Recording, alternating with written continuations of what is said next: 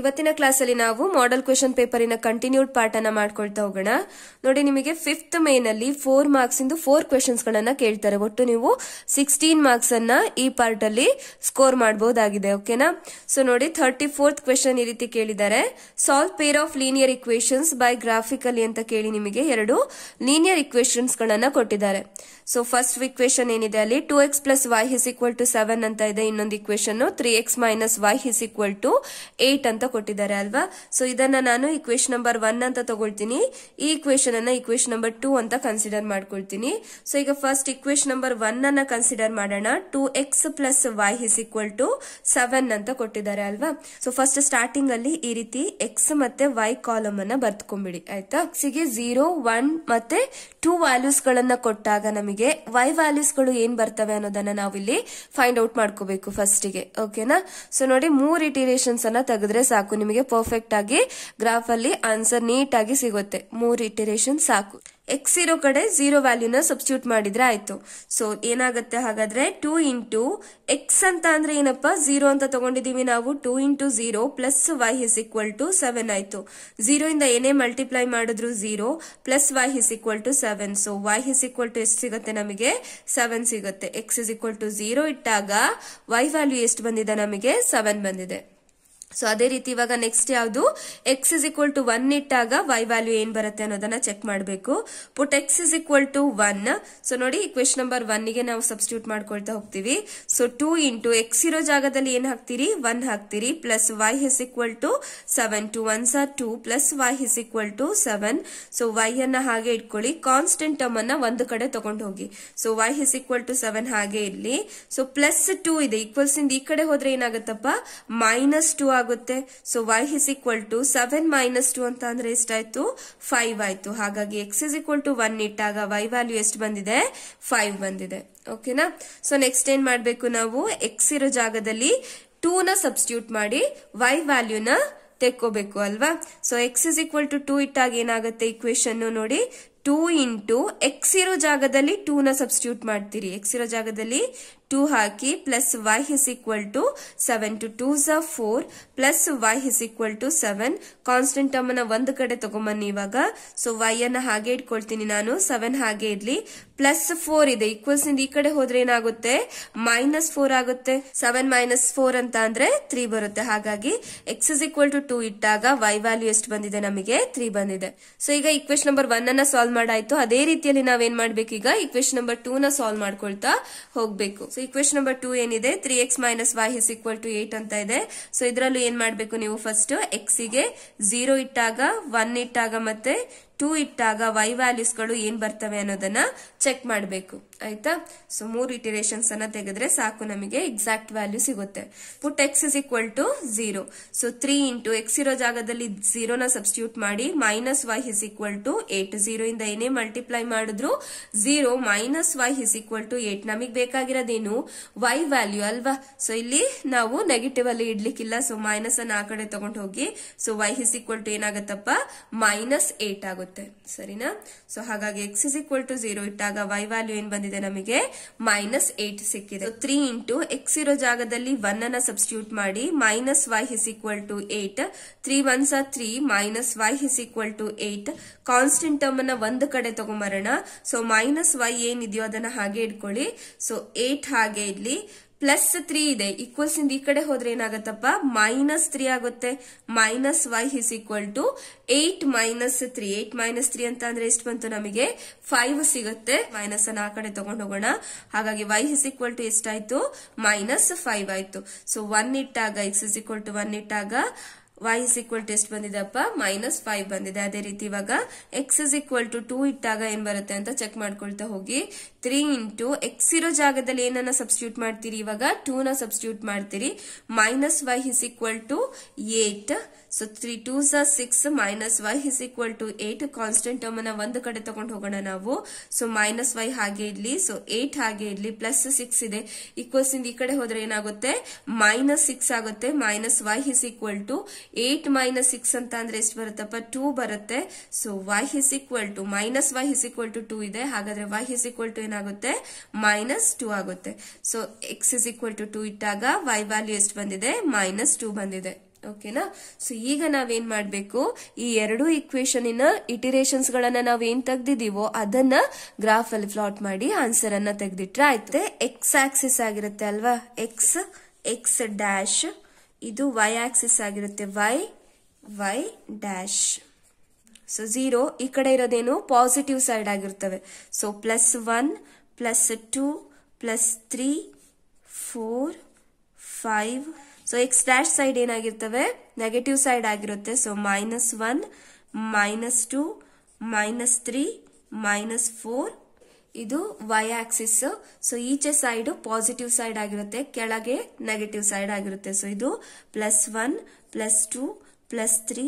Y dash side ಏನಾಗಿರುತ್ತೆ, negative side ಆಗಿರುತ್ತೆ. So -1 -2 -3. ಇಷ್ಟು ಹಾಕಾದ್ಮೇಲೆ ನೀವು ಏನ್ ಬರಿಬೇಕು, ಫಸ್ಟ್ ಸ್ಕೇಲ್ ಅನ್ನ ಬರಿಬೇಕು ಆಯ್ತಾ. ಸ್ಕೇಲ್ ಬರ್ದಿಲ್ಲ ಆದ್ರೆ ಹಾಫ್ ಮಾರ್ಕ್ಸ್ ಅನ್ನ ಕಟ್ ಮಾಡ್ತಾರೆ. So x axis 1 centimetre is equal to ಹೇಗ್ ತಗೊಂಡಿದೀವಿ ನಾವು ನೋಡಿ, 1 2 3 4 ಹೀಗ್ ತಗೊಂಡಿದೀವಿ. 1 ಸೆಂಟಿಮೀಟರ್ ಇಸ್ ಈಕ್ವಲ್ ಟು ಏನಾಗಿದೆ, 1 ಯೂನಿಟ್ ಆಗಿದೆ. So y axis is equal to 1 centimetre is equal to 1 unit. ನೋಡಿ ಇಕ್ವೇಶನ್ ನಂಬರ್ 1 ನಲ್ಲಿ ನಮಗೆ ಏನ್ ಬಂದಿತ್ತು, ಎಕ್ಸ್ ಇಸ್ ಈಕ್ವಲ್ ಟು 0 ಇಟ್ಟಾಗ ವೈ ವ್ಯಾಲ್ಯೂ ಏನ್ ಬಂದಿತ್ತಪ್ಪ, 7 ಬಂದಿತ್ತು ಅಲ್ವಾ. ಸೊ ಫಸ್ಟ್ ನೀವು ಎಕ್ಸ್ ಆಕ್ಸಿಸ್ ಅನ್ನ ನೋಡ್ತೀರಿ. ಸೊ ನೋಡಿ x is equal to x axis ಅಲ್ಲಿ 0 ಇಟ್ಟಾಗ ವೈ ವ್ಯಾಲ್ಯೂ ಎಷ್ಟು ಬಂದಿದೆ, ನಮಗೆ 7 ಬಂದಿದೆ, +7. ಹಾಗಾಗಿ ಎಲ್ಲಿ ಬರುತ್ತೆ ಪಾಯಿಂಟ್. ಸೊ ನೋಡಿ ಇಲ್ಲಿ ಬರುತ್ತೆ. ಸೊ ಇಲ್ಲಿಗೆ ಒಂದು ಈ ರೀತಿಯಲ್ಲಿ ಮಾರ್ಕ್ ಮಾಡ್ಕೊಂಡ್ರೆ ಆಯ್ತು. So next x is equal to 1 ಇಟ್ಟಾಗ ವೈ ವ್ಯಾಲ್ಯೂ ನಮಗೆ 5 ಸಿಕ್ಕಿದೆ. ಎಕ್ಸ್ ಆಕ್ಸಿಸ್ ಅಲ್ಲಿ 1 ಇದ್ದಾಗ ವೈ ಆಕ್ಸಿಸ್ ಅಲ್ಲಿ ನಮಗೆ ಎಷ್ಟು ಸಿಕ್ಕಿದೆ, 5 ಸಿಕ್ಕಿದೆ. Next x is equal to 2 ಇದ್ದಾಗ ವೈ ವ್ಯಾಲ್ಯೂ ಎಷ್ಟು ಸಿಕ್ಕಿದೆ, ನಮಗೆ 3 ಸಿಕ್ಕಿದೆ. ಸೊ ಎಕ್ಸ್ ಆಕ್ಸಿಸ್ ಅಲ್ಲಿ 2 ಇಟ್ಟಾಗ ವೈ ವ್ಯಾಲ್ಯೂ ಎಷ್ಟು ಸಿಕ್ಕಿದೆಯಪ್ಪ, +3 ಸಿಕ್ಕಿದೆ. 3 ಪಾಯಿಂಟ್ಸ್ ಗಳನ್ನ ನಾವೇನ್ ಮಾಡೋಣ, ಇವಾಗ ಸ್ಕೇಲ್ ಅಲ್ಲಿ ಈ ರೀತಿಯಲ್ಲಿ ಜಾಯಿನ್ ಮಾಡ್ಕೊಳ್ತಾ ಹೋಗೋಣ ಆಯ್ತಾ. 3 ಪಾಯಿಂಟ್ಸ್ ಗಳು ನಮಗೆ ಸಿಕ್ಕಿದ್ದು ಯಾವ ಇಕ್ವೇಶನ್ ಅಲ್ಲಿ, ಇಕ್ವೇಶನ್ ನಂಬರ್ 1 ಅಲ್ಲಿ ಅಲ್ವಾ. ಆ ಇಕ್ವೇಶನ್ ಏನಾಗಿತ್ತು, 2x + y = 7 ಆಗಿತ್ತು. ಇಕ್ವೇಶನ್ ಅನ್ನ ಇಲ್ಲಿ ಬರ್ಕೊಂಡಿದ್ದೀನಿ ಆಯ್ತು. ನೆಕ್ಸ್ಟ್ ಇಕ್ವೇಶನ್ ನ ವ್ಯಾಲ್ಯೂಸ್ ಗಳು ನಮಗೆ ಏನ್ ಸಿಕ್ಕಿತ್ತು, ಎಕ್ಸ್ ಇಸ್ ಈಕ್ವಲ್ ಟು 0 ಇಟ್ಟಾಗ y ಇಸ್ ಈಕ್ವಲ್ ಟು -8 ಸಿಕ್ಕಿತ್ತು. ಎಕ್ಸ್ ಇಸ್ ಈಕ್ವಲ್ ಟು 0 ಇದ್ದಾಗ y ಇಸ್ ಈಕ್ವಲ್ ಟು -8. -8 ಅಂತ ಅಂದ್ರೆ ಕೆಳಗಡೆ ಅಲ್ವಾ, y dash side y is equal to -8. X is equal to 1 ಇದ್ದಾಗ y is equal to -5. X is equal to 1 ಇಟ್ಟಾಗ y is equal to -5 ಆಯ್ತಾ. X is equal to 2 ಇಟ್ಟಾಗ y Axis ಅಲ್ಲಿ -2. So -2 ಇಲ್ಲಿಗೆ ಬರುತ್ತೆ. ಈ 3 ಪಾಯಿಂಟ್ಸ್ ಗಳನ್ನ join ಮಾಡ್ಕೊಳ್ಳೋಣ ನಾವು.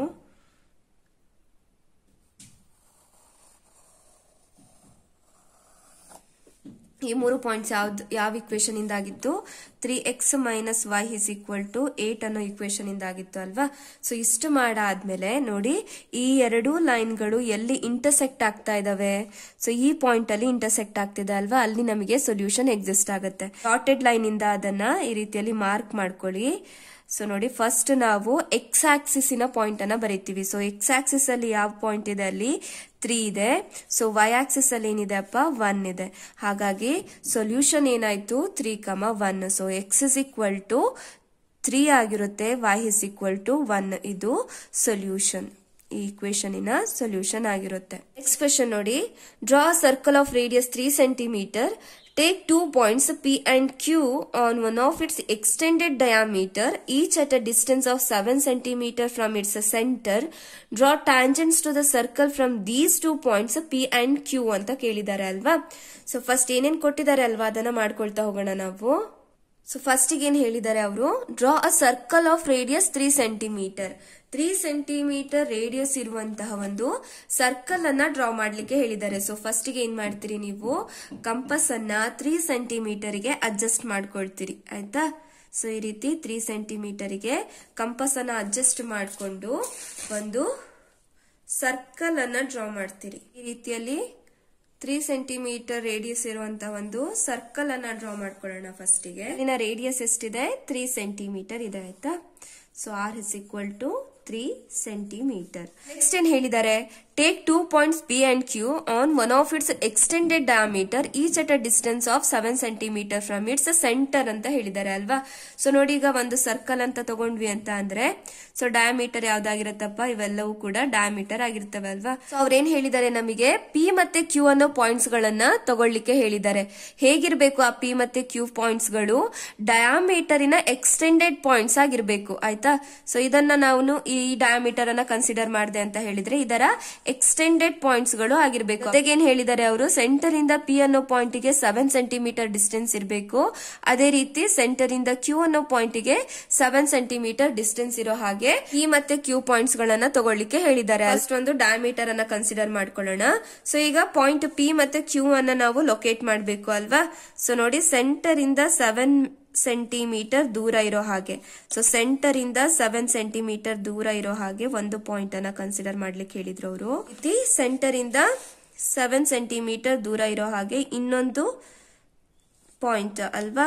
ಈ ಪಾಯಿಂಟ್ ಅನ್ನ ನಾನು P ಅಂತ ತಗೊಳ್ತೀನಿ, ಈ ಪಾಯಿಂಟ್ ಅನ್ನ Q ಅಂತ ತಗೊಳ್ತೀನಿ, ಸೆಂಟರ್ ಅನ್ನ O ಅಂತ ತಗೊಳ್ತೀನಿ. ಏನ್ ಮಾಡ್ಬೇಕು, P ಮತ್ತೆ Q ಪಾಯಿಂಟ್ ಇಂದ ನಾವು ಟ್ಯಾಂಜೆಂಟ್ಸ್ ಅನ್ನ ಡ್ರಾ ಮಾಡ್ಬೇಕು. ಮೊದಲಿಗೆ P ಪಾಯಿಂಟ್ ಇಂದ ನಾವು ಟ್ಯಾಂಜೆಂಟ್ಸ್ ಅನ್ನ ಡ್ರಾ ಮಾಡೋಣ. ಸೊ ಟ್ಯಾಂಜೆಂಟ್ಸ್ ಅನ್ನ ಡ್ರಾ ಮಾಡ್ಲಿಕ್ಕೆ ಏನ್ ಮಾಡ್ಬೇಕು, ಫಸ್ಟ್ ಗೆ ಈ ಲೈನ್ ಸೆಗ್ಮೆಂಟ್ ಅನ್ನ OP ಅನ್ನೋ ಲೈನ್ ಸೆಗ್ಮೆಂಟ್ ಅನ್ನ ಬೈಸೆಕ್ಟ್ ಮಾಡ್ಬೇಕು. ನಿಮಗೆ ಈ OP ಅನ್ನೋ ಲೈನ್ ಸೆಗ್ಮೆಂಟ್ ಎಲ್ಲಿ ಹಾಫ್ ಗಿಂತ ಜಾಸ್ತಿ ಅನ್ಸುತ್ತೆ ಅಲ್ವಾ, ಅಲ್ಲಿ ತನಕ ನೀವು ಕಂಪಸ್ ಅನ್ನ ಅಡ್ಜಸ್ಟ್ ಮಾಡ್ಕೋಬೇಕು. ನೋಡಿ, ಇದು ನನಗೆ ಹಾಫ್ ಅನಿಸ್ತಾ ಇದೆ, ಹಾಫ್ ಗಿಂತ ಜಾಸ್ತಿ ಎಲ್ಲಿ ಅಂತ ಅನ್ಸತ್ತೋ ನನಗೆ ಅಲ್ಲಿಗೆ ನಾನು ಈ ರೀತಿಯಲ್ಲಿ ಕಂಪಸ್ ಅನ್ನ ಅಡ್ಜಸ್ಟ್ ಮಾಡ್ಕೊಳ್ತೀನಿ. ನೋಡಿ, ಈ ರೀತಿಯಲ್ಲಿ, ಓಕೆನಾ.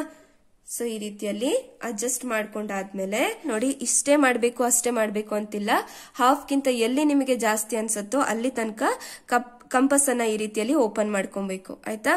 ಸೊ ಓಪನ್ ಮಾಡ್ಕೊಂಡಾದ್ಮೇಲೆ ನೋಡಿ, O ಪಾಯಿಂಟ್ ಇಂದ ಮೇಲೊಂದು ಆರ್ಕ್ ಅನ್ನ ಡ್ರಾ ಮಾಡ್ಕೊಳ್ಳಿ. ಅದೇ ರೀತಿ ಸೇಮ್ ಮೆಷರ್ ಅಲ್ಲೇ ಇಟ್ಕೊಂಡು ಕೆಳಗಡೆ ಒಂದು ಆರ್ಕ್ ಅನ್ನ ಈ ರೀತಿಯಲ್ಲಿ ಡ್ರಾ ಮಾಡ್ಕೊಬೇಕು.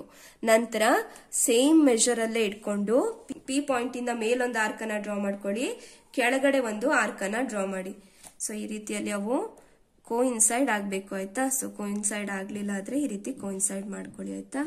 ಇಷ್ಟು ಮಾಡಾದ್ಮೇಲೆ ಈ ಎರಡೂ ಆರ್ಕ್ಗಳು ಎಲ್ಲಿ ನಿಮಗೆ ಇಂಟರ್ಸೆಕ್ಟ್ ಆಗಿದಾವೋ ಅಲ್ಲಿಗೆ ಈ ರೀತಿಯಲ್ಲಿ ಒಂದು ಸ್ಟ್ರೈಟ್ ಲೈನ್ ಅನ್ನ ಡ್ರಾ ಮಾಡ್ಕೊಳ್ಳಿ. ಸೊ ಇದಕ್ಕೆ ನಾನೇನ್ ಮಾಡ್ತೀನಿ, M ಅಂತ ಹೆಸರು ತಗೊಳ್ತೀನಿ. ಸೊ M ಅನ್ನೋದೇನಾಗಿದೆ, OP ಯ ಮಿಡ್ ಪಾಯಿಂಟ್ ಆಗಿದೆ, ಅಥವಾ M ಅನ್ನೋದು OP ನ ಏನ್ ಮಾಡ್ತಾ ಇದೆ, ಬೈಸೆಕ್ಟ್ ಮಾಡ್ತಿದೆ. ಬೈಸೆಕ್ಟ್ ಅಂತ ಅಂದ್ರೆ ಏನು, MP ಎಷ್ಟು ಮೆಷರ್ ಅಲ್ಲಿ ಇರುತ್ತೋ ಸೇಮ್ ಮೆಷರ್ಮೆಂಟ್ MO ನ ನೀವು ಮಾಡಿದಾಗ ಸೇಮ್ ಮೆಷರ್ಮೆಂಟ್ ಇರುತ್ತೆ. ಸೊ ಇಷ್ಟು ಮಾಡಾದ್ಮೇಲೆ ಇವಾಗ ಒಂದೇ ನೀವು MP ಅಥವಾ MO ನ ಮೆಷರ್ ಮಾಡ್ಕೊಳ್ಳಿ, ಆಯ್ತಾ. ಸೊ ನಾನಿಲ್ಲಿ MO ನ ಮೆಷರ್ ಮಾಡ್ಕೊಳ್ತೀನಿ.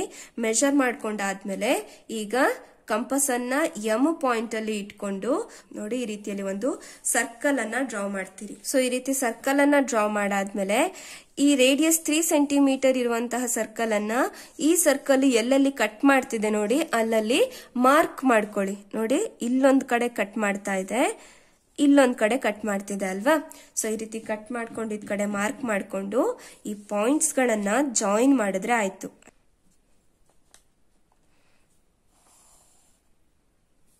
ಈ ಪಾಯಿಂಟ್ ಅನ್ನ U ಅಂತ ತಗೊಳ್ತೀನಿ, ಇದನ್ನ V ಅಂತ ತಗೊಳ್ತೀನಿ.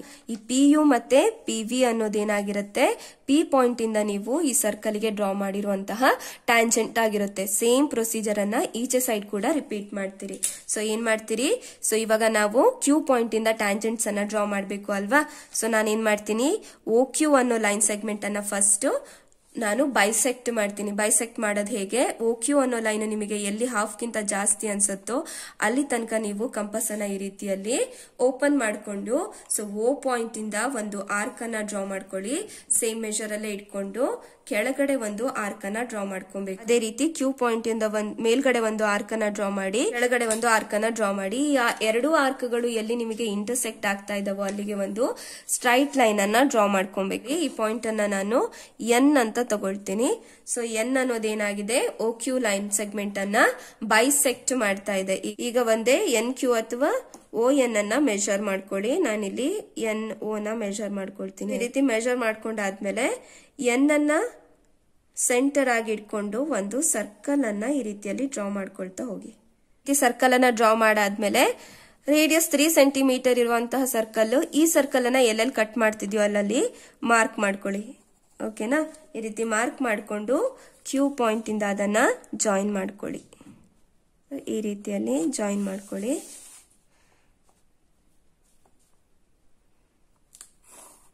ಇದಕ್ಕೆ ನಾನು ಎಕ್ಸ್ ಅಂತ ಹೆಸರು ಕೊಡ್ತೀನಿ, ಇದಕ್ಕೆ ವೈ ಅಂತ ಕೊಡ್ತೀನಿ. ಸೊ ಇಲ್ಲಿಗೆ ಏನ್ ಮಾಡ್ದಂಗ ಆಯ್ತಪ್ಪ, ಕ್ಯೂ ಪಾಯಿಂಟ್ ಇಂದ ನೀವು ಟ್ಯಾಂಜೆಂಟ್ಸ್ ಅನ್ನ ಡ್ರಾ ಮಾಡ್ದಂಗ ಆಯ್ತು. ಆಯ್ತಾ. ಸೊ ಇಷ್ಟು ಮಾಡಿದ್ರೆ ಆಯ್ತು. ಸೊ ನಾಳೆ ಕ್ಲಾಸ್ ಅಲ್ಲಿ ನಾವು ಕಂಟಿನ್ಯೂಡ್ ಪಾರ್ಟ್ ಅನ್ನ ಮಾಡ್ಕೊಳ್ತಾ ಹೋಗೋಣ. ನನ್ನ ಕ್ಲಾಸಸ್ಗಳು ನಿಮಗೆ ಅರ್ಥ ಆಗ್ತಾ ಇದ್ರೆ, ಯೂಸ್ಫುಲ್ ಅಂತ ಅನಿಸ್ತಾ ಇದ್ರೆ ನನ್ನ ಚಾನೆಲ್ ಅನ್ನ ಸಬ್ಸ್ಕ್ರೈಬ್ ಮಾಡಿ, ನಿಮ್ಮ ಫ್ರೆಂಡ್ಸ್ ಜೊತೆ ಕೂಡ ಶೇರ್ ಮಾಡಿ ಮಕ್ಕಳೇ.